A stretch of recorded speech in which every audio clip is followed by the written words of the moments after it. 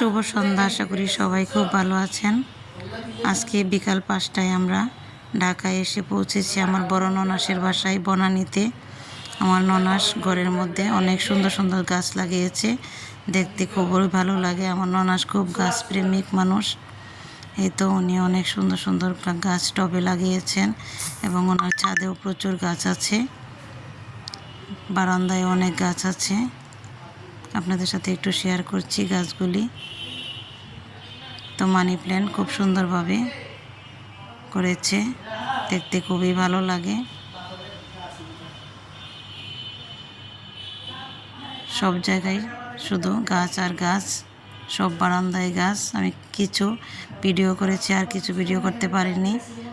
এই তো বাইরে অনেক গাছ আছে ওনার, প্রায় 10-15 ধরনের বাগান বিলাস আছে। বেগুনি, জবা আছে।